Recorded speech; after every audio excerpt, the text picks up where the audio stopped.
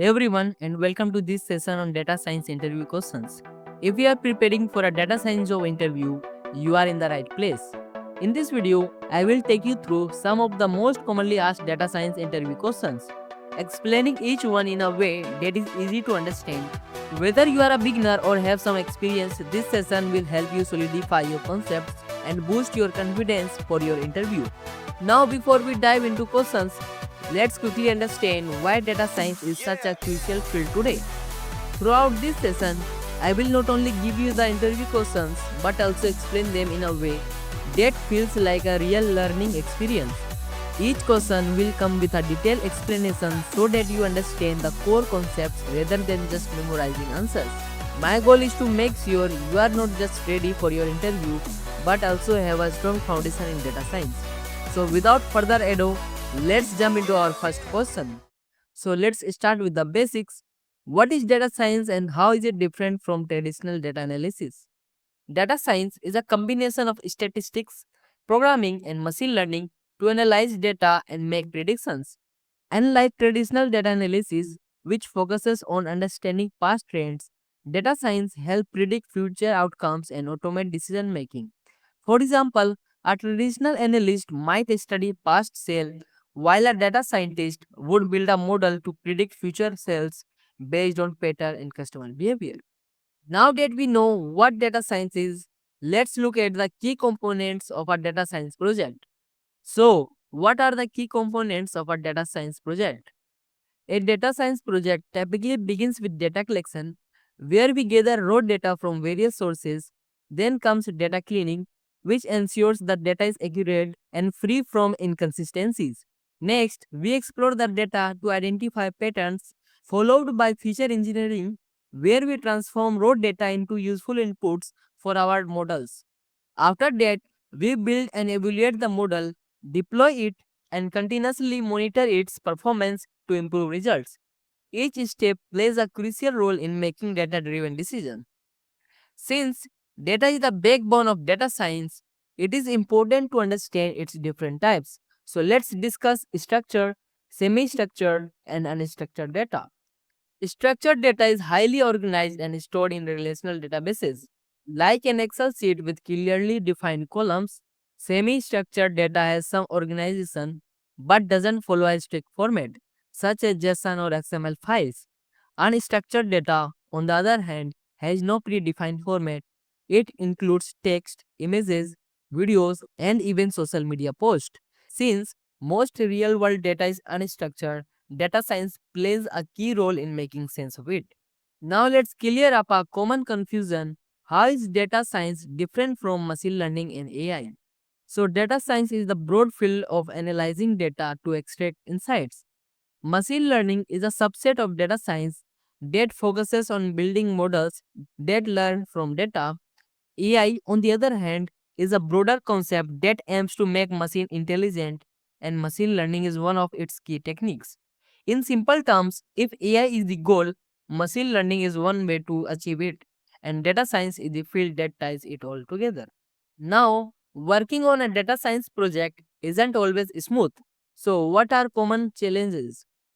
Data science projects often face challenges like poor data quality, missing values, handling unstructured data, selecting the right model, and avoiding overfitting. Additionally, deploying models at scale and interpreting results correctly can be tricky. Overcoming these challenges requires a mix of technical expertise and problem solving skills.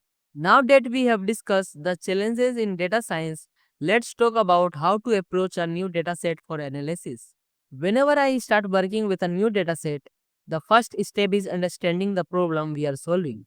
Then I explore the dataset, checking its structure, handling missing values, removing duplicates, and identifying patterns.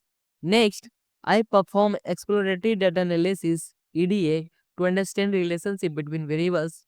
Once I have insights, I can decide on the right techniques to apply for modeling and prediction. Speaking of data, not all data sets are perfect.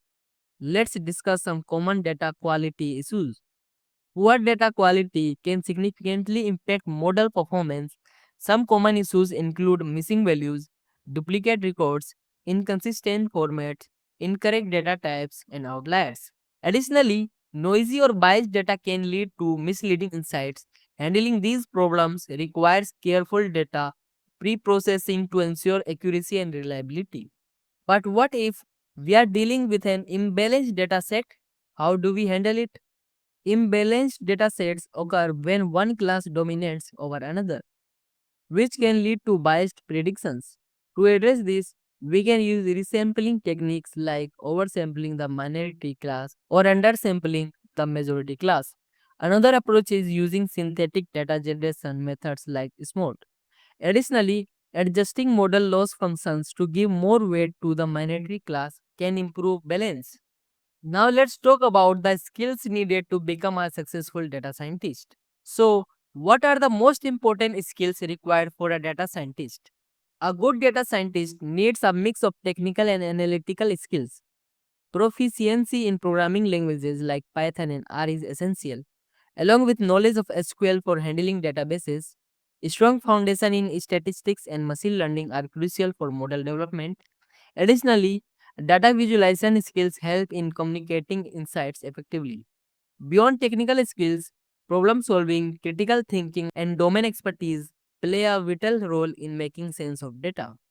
Finally, when working with data, how do we decide whether to use a statistical approach or a machine learning model? So, the choice depends on the problem at hand. If we need a model that explains relationship clearly, like understanding how one factor affects another, statistical method like regression analysis work well. However, if the data is complex, non-linear, and requires pattern recognition, machine learning models are more suitable. The decision is based on factors like interpretability, complexity, and need for automation. We have talked about handling different types of data, but before we build models, we need to prepare our data properly.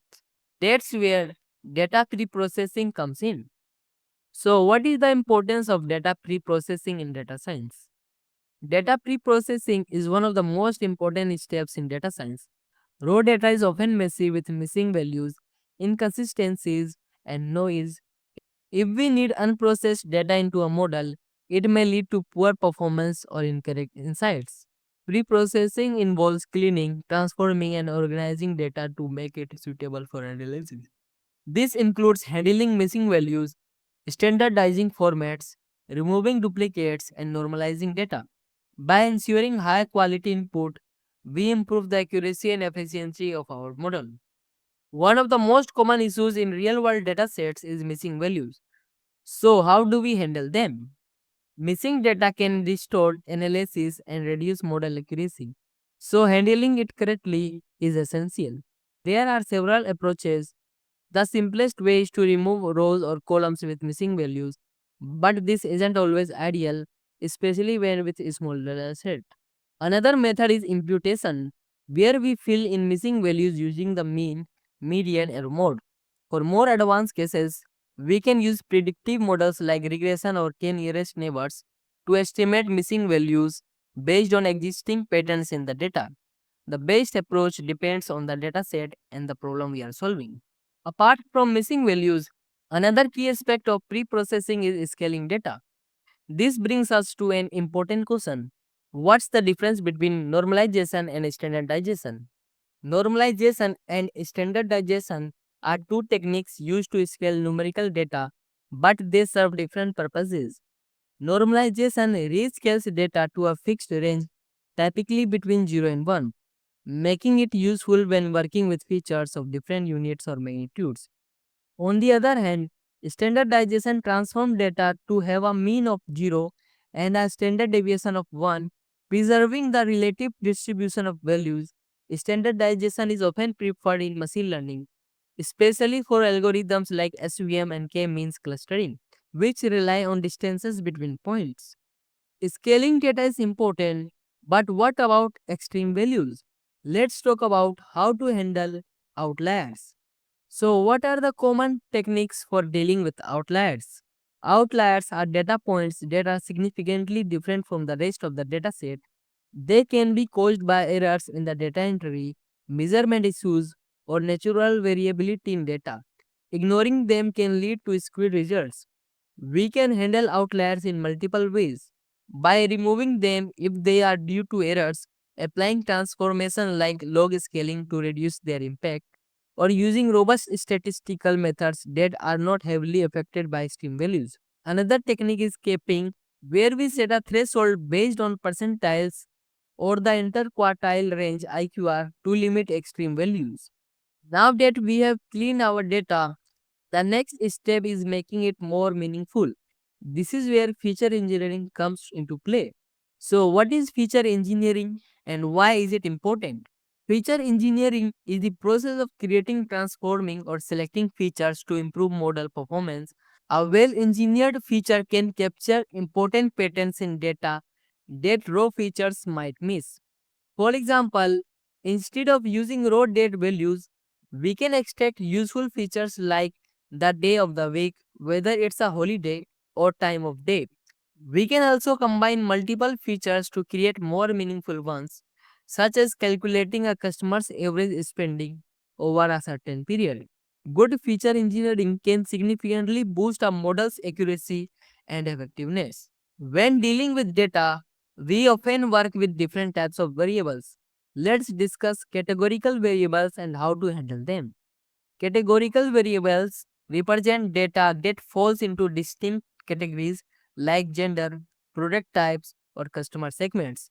Since machine learning models work with numerical data, we need to convert categorical variables into a usable format. Common methods include one-hot encoding, where we create binary columns for each category, and label encoding, which assigns a numerical value to each category. For larger datasets, embedding techniques can be used to create more compact representations. Choosing the right encoding method depends on the type of model and the nature of the categorical data. As we increase the number of features, we may run into an issue called the curse of dimensionality. Let's explore what that means. So, what is the curse of dimensionality and how do you deal with it? The curse of dimensionality refers to the problem that arises when we have too many features. High dimensional data can make models slow, computationally expensive, and prone to overfitting because there is too much information for the model to generalize well. To address this, we can use dimensionality reduction technique like principal component analysis (PCA), which transforms features into a smaller set while preserving important information. Feature selection methods such as removing irrelevant or highly correlated features also help in reducing dimensionality. Sometimes, instead of reducing features, we might need to expand our dataset. This leads us to the concept of data augmentation. So, what is data augmentation and when is it used? Data augmentation is a technique used to artificially expand a dataset by creating modified versions of existing data. This is especially useful in fields like image recognition, where we can generate variation by rotating, flipping, or changing the brightness of images. In natural language processing, augmentation techniques include adding synonym or rephrasing sentences. By increasing dataset diversity, data augmentation helps model generalize better and improve performance, particularly in cases where collecting new data is difficult. Now let's talk about selecting the most important features. What techniques can we use for feature selection?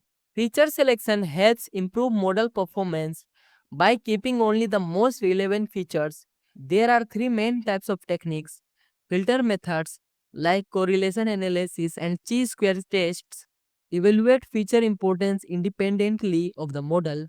Wrapper methods such as forward or backward selection use trial and error to find the best subset of features. Embedded methods like lasso regression and decision trees perform feature selection during model training. The right approach depends on the datasets and the problem we are solving.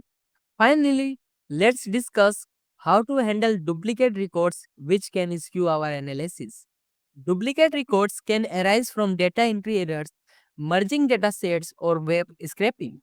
These records can distort insights and lead to biased predictions. To handle them, we first identify duplicates using unique identifiers. Similarity checks or hashing techniques, once detected, we can either remove them or merge them based on business logic. Cleaning duplicate records ensures that our data sets remain accurate and reliable. Okay, learners, let's move to the next question. What are the key steps involved in exploratory data analysis? Exploratory data analysis (EDA) is a crucial step in data science that helps us uncover patterns, detect anomalies, and gain insights before building models. It involves several key steps. First, we examine the data structure to understand the number of variables, types of data, and missing values. Then, we handle missing values and outliers to clean the dataset. Next, we visualize distributions using histogram or box plot to understand how the data is spread. We also identify correlations between variables to see how they influence each other. Finally, we summarize key findings, which helps us make informed decisions on feature selection and model building. EDA lays the foundation for a successful analysis. During EDA, one important task is detecting anomalies or unusual patterns in the data. But how do we do that? Detecting anomalies or data points that deviate significantly from the norm is essential because anomalies can impact model performance. Visual techniques like box plot can highlight outliers, while scatter plots can reveal unusual patterns. Statistical methods such as the Z-score, which measures how far a point is from the mean in terms of standard deviation, and the interquartile range (IQR) method are commonly used. For more complex data sets, machine learning techniques like clustering to group similar points and isolation forest, which detect rare patterns, can help in identifying anomalies efficiently. Visualizing data is one of the most effective ways to explore it. So, what are some common visualization techniques used in EDA? Visualization is a powerful tool in EDA as it helps us quickly interpret data. Some common techniques include histograms, which displays the distribution of numerical data, and box plots, which highlight outliers and data spread. Scatter plots are useful for analyzing relationship between two numerical variables, while heat maps can show correlation matrices, helping us understand how different variables are related. For categorical data, bar charts and pie charts are useful for comparing frequencies. These visualizations make it easier to spot trends and patterns and anomalies in the dataset. Speaking of relationship between variables, how do we analyze these relationships in a dataset? Identifying relationship between variables is essential in EDA because it helps us determine which feature might be useful for modeling. One common method is using a correlation matrix, which quantifies how strongly two numerical variables are related. Pearson's correlation measures linear relationship, while Spearman's rank correlation is useful for nonlinear association. Scatter plots visually show trends between two variables, and pair plots allow us to analyze multiple relationships at once. For categorical data, statistical tests like the chi-square test help determine dependencies between variables. Understanding these relationships guides us in feature selection and model building. Now let's talk about data distribution, which play a crucial role in understanding how our data behaves. In data analysis, distributions describe how data values are spread. The normal distribution, also known as the bell curve, is the most common and is used in many statistical methods. A uniform distribution has equal probability across all values. The binomial distribution is used for binary outcomes like pass, fail, or yes no scenarios. The Poisson distribution models rare events such as the number of customer complaints in a day. Lastly, the exponential distribution describes the time between events such as waiting times in queues. Recognizing these distributions helps us choose appropriate statistical and machine learning models. When dealing with time-based data, EDA requires a slightly different approach. So, how do we analyze time series data? Time series data, such as stock prices or weather records, follows patterns over time. Analyzing time series data involves plotting it to visualize trends, identifying seasonality, recurring patterns, and checking for stationarity. whether statistical properties remain constant over time. A common method is decomposing time series into three components: trend, long-term movement; seasonality, repeating patterns; and residual, random noise. Techniques like moving averages help smooth fluctuations, making trends clearer. Understanding these aspects helps us make accurate predictions and uncover meaningful insights. Since we mentioned correlation earlier, let's dive deeper into why correlation analysis is so important. Correlation analysis measures the relationship between two or more variables, helping us understand how they influence each other. A strong positive correlation means that as one variable increases, the other tends to increase as well, whereas a strong negative correlation indicates the opposite. This is particularly useful in feature selection. Highly correlated variables may provide redundant information, leading to overfitting. Understanding correlation helps improve model efficiency by selecting only relevant features while removing unnecessary ones. Working with large data sets can be overwhelming. How do we summarize them effectively? Summarizing large data sets helps us extract key insights without getting lost in too much information. Descriptive statistics such as mean, median, standard deviation, and percentiles provide quick summaries of numerical data. Aggregation techniques like grouping data based on categories help in summarizing trends. Sampling methods allow us to analyze some smaller subsets while preserving patterns in the full data sets. Dimensionality reduction techniques like principal component analysis (PCA) help simplify high dimensional data while retaining essential information. These methods allow analysts to work efficiently with large data sets without unnecessary complexity. Two of the most commonly used tools in EDA are box plot and histogram. Let's explore how they help in data analysis. Box plots and histograms are essential for visualizing data distributions. A box plot or whisker plot provides a 5-number summary of data: minimum, first quartile, median, third quartile, and maximum, helping us detect outliers and understand data spread. Histograms, on the other hand, show the frequency distribution of numerical data, revealing whether the data follows a normal, discrete, or uniform distribution. Both plots are crucial for understanding the shape of data and identifying any anomalies. EDA isn't just about analyzing data. Documenting finding is equally important. So, what are the best practices for documenting EDA findings? Proper documentations of EDA findings ensures reproducibility and clear communication of insights. Best practices include saving visualizations with proper labels and captions, summarizing key observations in a structured manner, and noting any data quality issues encountered. It is also important to document any transformation applied, such as missing value handling or feature engineering steps. Using Markdown reports or Jupyter notebooks allows easy sharing of insights with teams, making the analysis transparent and reproducible.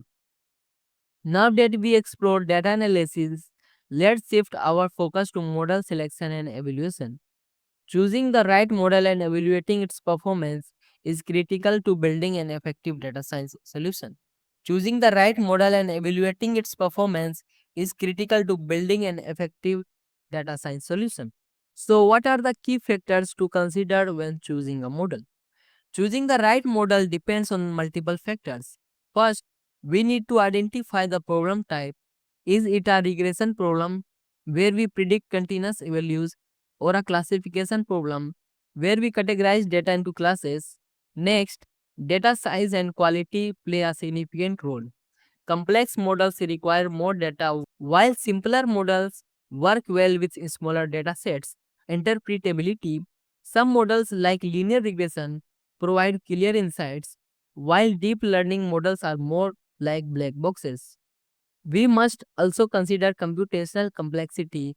Simpler models run faster, while more complex models require powerful hardware. Finally, we must ensure the model generalizes well and does not overfit to training data. Once we choose a model, We need a way to evaluate how well it performs, but how do we measure model performance? Evaluating model performance is crucial to ensure its effectiveness. For classification problems, we use metrics like accuracy, precision, recall, and F1 score to measure how well the model classifies different categories. For regression problems, metrics like mean, square error, and R squared indicate how well the model predicts numerical values. We also use cross validation to check the model's robustness and confusion matrices to analyze misclassifications. A well evaluated model ensures reliable predictions in real world applications. To properly evaluate models, we need to split our data into different sets. Let's discuss the difference between training, validation, and test data. When training a model, we split our data set into three parts. The training data is used to test the model patterns within the data. The validation data helps fine tune hyperparameters and avoid overfitting by testing different model settings. Finally, the test data is kept separate and used to evaluate how well the model performs on completely unseen data. This split ensures that the model generalizes well to new inputs and does not just memorize the training data. Speaking of evaluation, different tasks require different metrics. Let's look at some common model evaluation metrics. Different models require different evaluation metrics. For classification models, accuracy measures overall correctness, while precision and recall focus on specific class prediction. The one score balances precision and recall, providing a single performance metric. In regression, mean square error measures prediction error, while R square indicates how well the model explains variance in the data. Choosing the right metric depends on the specific problem we are solving. One technique that improves model reliability is cross validation. So, what exactly is cross validation? Cross validation is a technique where we split the dataset into multiple folds to ensure the model generalizes well. The most common type is k-fold cross validation, where the data is divided into k subsets. The model is trained on k1 subsets and tested on the remaining one. Repeating the process multiple times, this method helps reduce overfitting by ensuring the model performance well on different subsets of data, giving us a more reliable estimate of its performance. One major challenge is modeling is overfitting, where the model learns too much from the training data and performs poorly on new data. So, how do we handle overfitting? Overfitting occurs when a model learns patterns data too specific to the training data, leading to poor generalization. To combat this, we use cross validation to ensure the model performance well on different subsets of data. Regularization techniques such as L1, LESSO, and L2 RIDGE prevent excessive complexity in decision trees. Pruning removes unnecessary branches, reducing model complexity by selecting fewer features, and using dropout layers in neural networks also helps.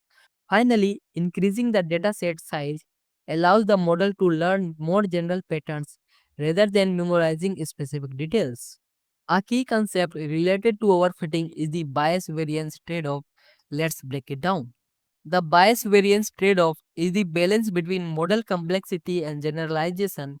High bias means the model is too simple and fails to capture patterns, leading to underfitting.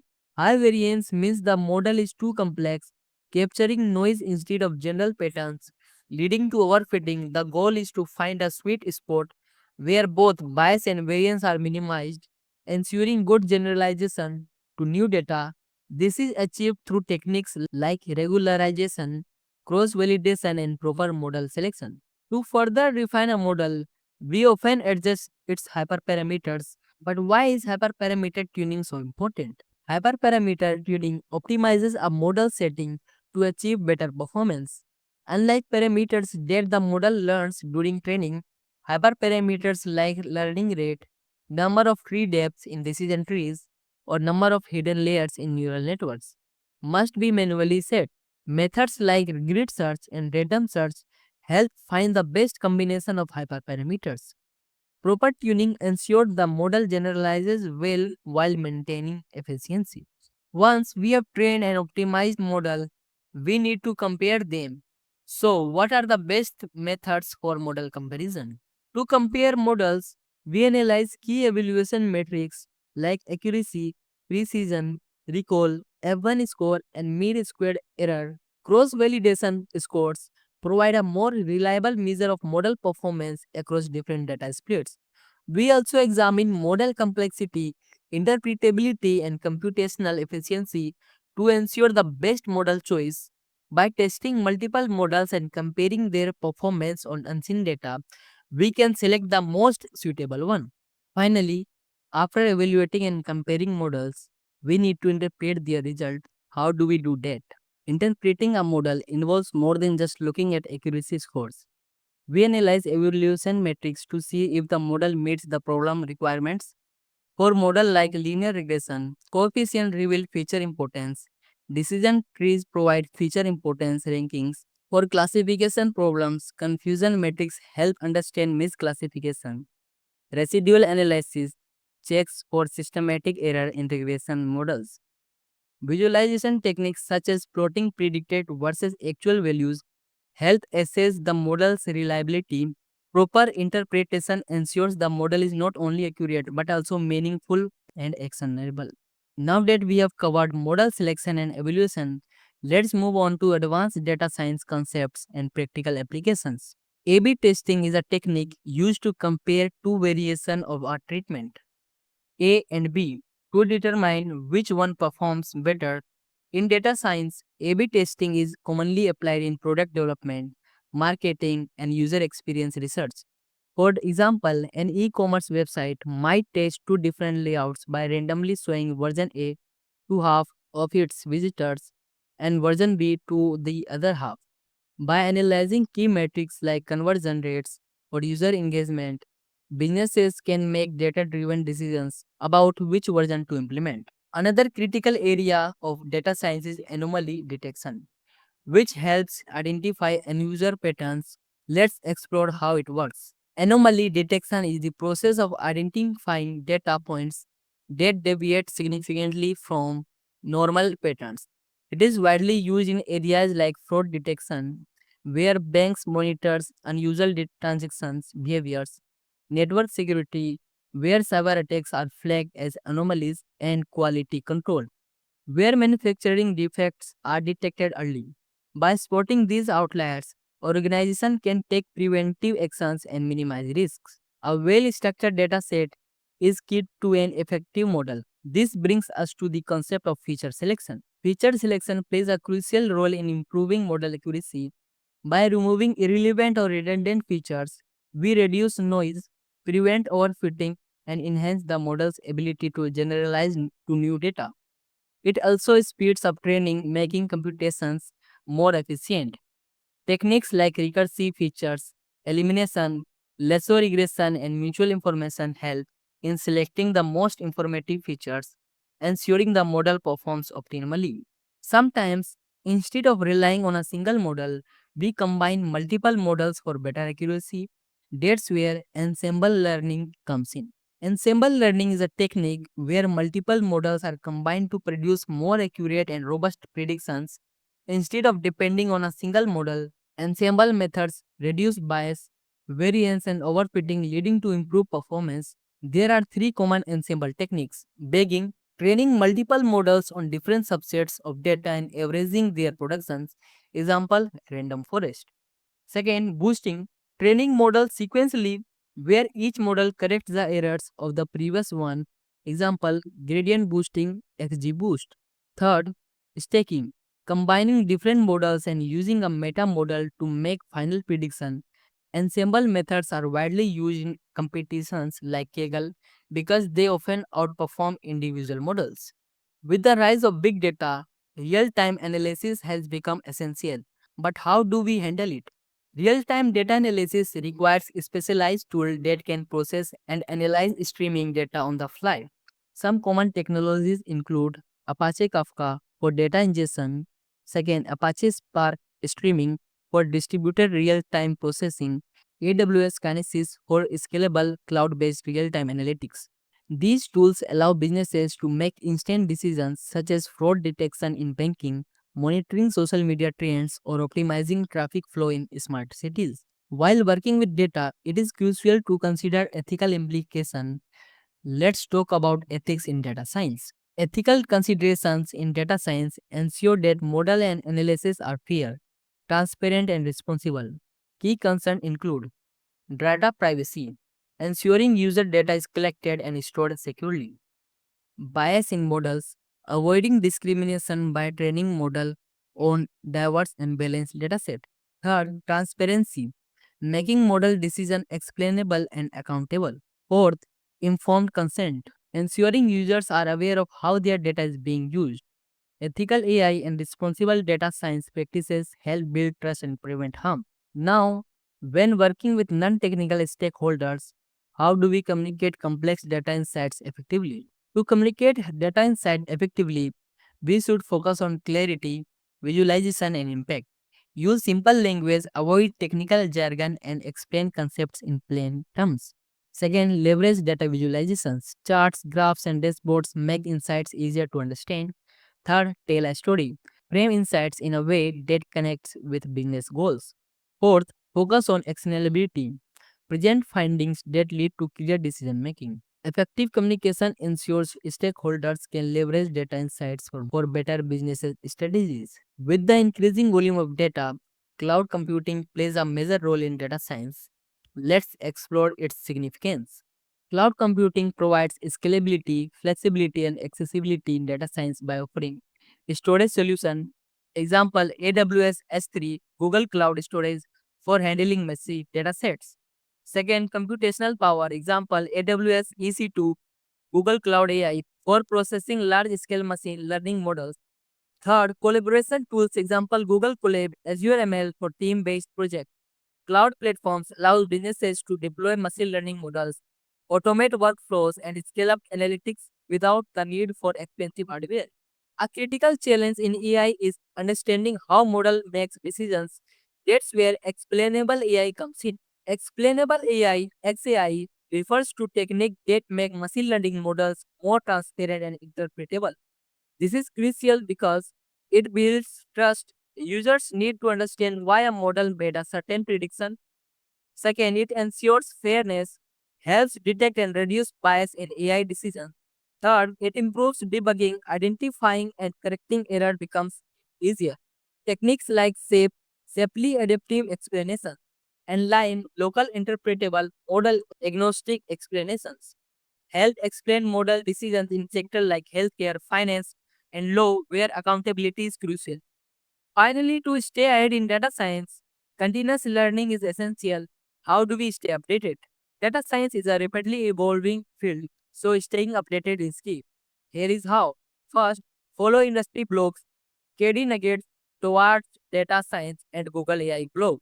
Second, attend webinars and conferences such as NeoIPS, ICML, and Data Science Summit. Third, take online courses.